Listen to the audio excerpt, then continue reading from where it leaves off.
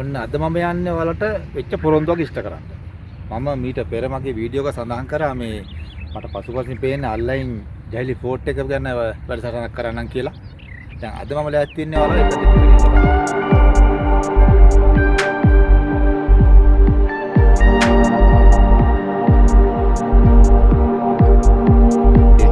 තියෙනවා වටේටම මුර කුටි. ඉතින් එකක් මීටර 14ක් විතර උසයිලු. විතර පළල තියෙනවලු මීටර 6ක් විතර. ඉතින් මහ විශාලවට හදලා තියෙනවා වටපිටාවම දිස්සන ආකාරයට. එතකොට ඇතුළත මීටර 120ක් දිග තියෙනවා, මීටර 80ක් විතර පළල තියෙනවා. ඇතුළේ තියෙනවා රජමාලිගාව. දැන් මෙතන මේ ඒ කාලේ රජතුමා අල්ලයින් නගරයට සංචාරයට ආවම විවේක ගන්න වගේ තමයි මෙතන හදලා තියෙන්නේ.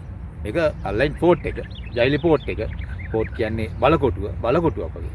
මේ ජනතාවගේ ආරක්ෂාවට තමයි මේක සතලා දීලා තියෙන්නේ. එතකොට තව 1950 වගේ මේ බ්‍රිතාන්‍ය හමුදාව ඇවිල්ලා මේක බලකොටුවක වශයෙන් පාවිච්චි කරලා තියෙනවා 1970 වෙනකම්.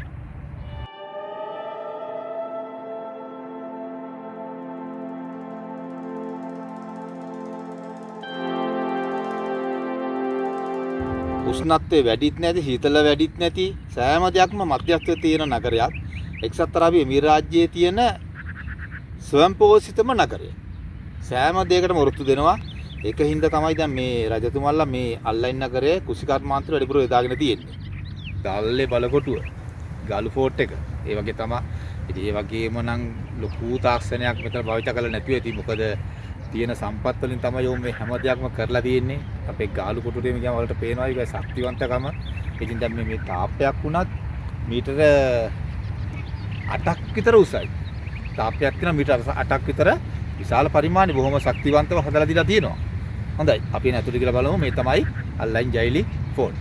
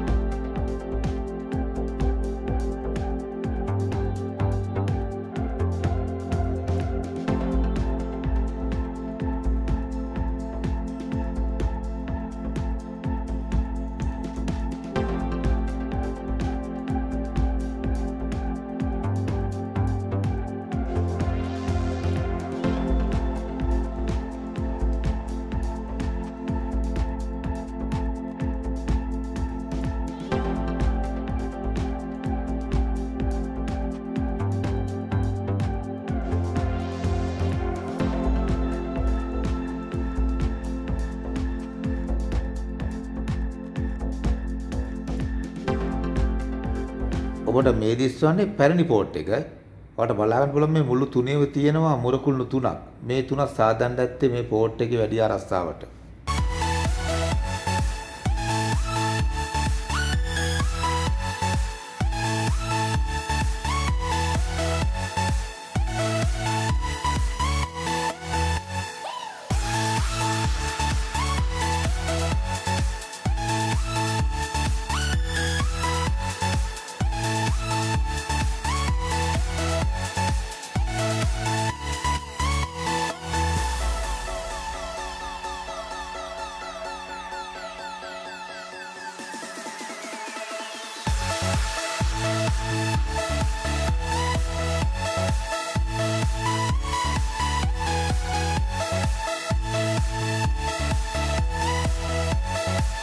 මේ තමයි බෙඩ්රූම්ස්. ඔයාලට බලන්න පුළුවන් දැන් මේ කාමර වුණත් බොහොම ශක්තිවන්තව හදලා තියෙනවා බිත්ති ටික. ඒ වගේ තමයි උඩ සිවිලිම. කාමර තුළට උෂ්ණත්වය පැමිණි වැළැක්වීමට උන් සෑම විටම යොදාගෙන තියෙන්නේ රටෙන්දි කඳන් සහ රටෙන්දි කොළ. ඉතින් ඒ වගේ මේ උෂ්ණත්වයේ පැමිණීම වළක්වලා කාමරයට සිසිලසක් ලබා දෙනවා. මෙතනින් මේ දිස්වන්නේ පෝරණුවක්. රජමාලිගාවේ පෝරණුව.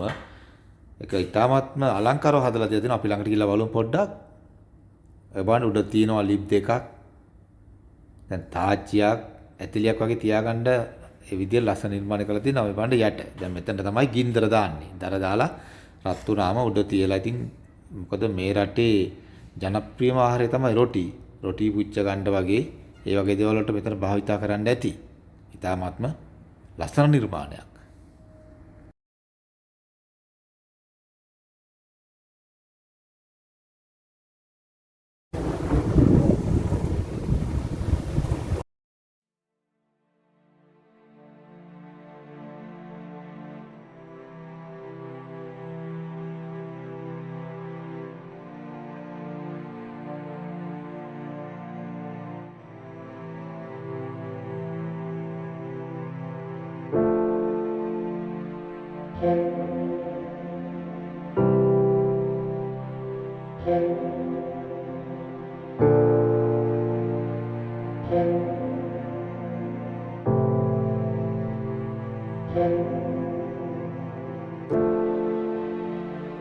Thank you.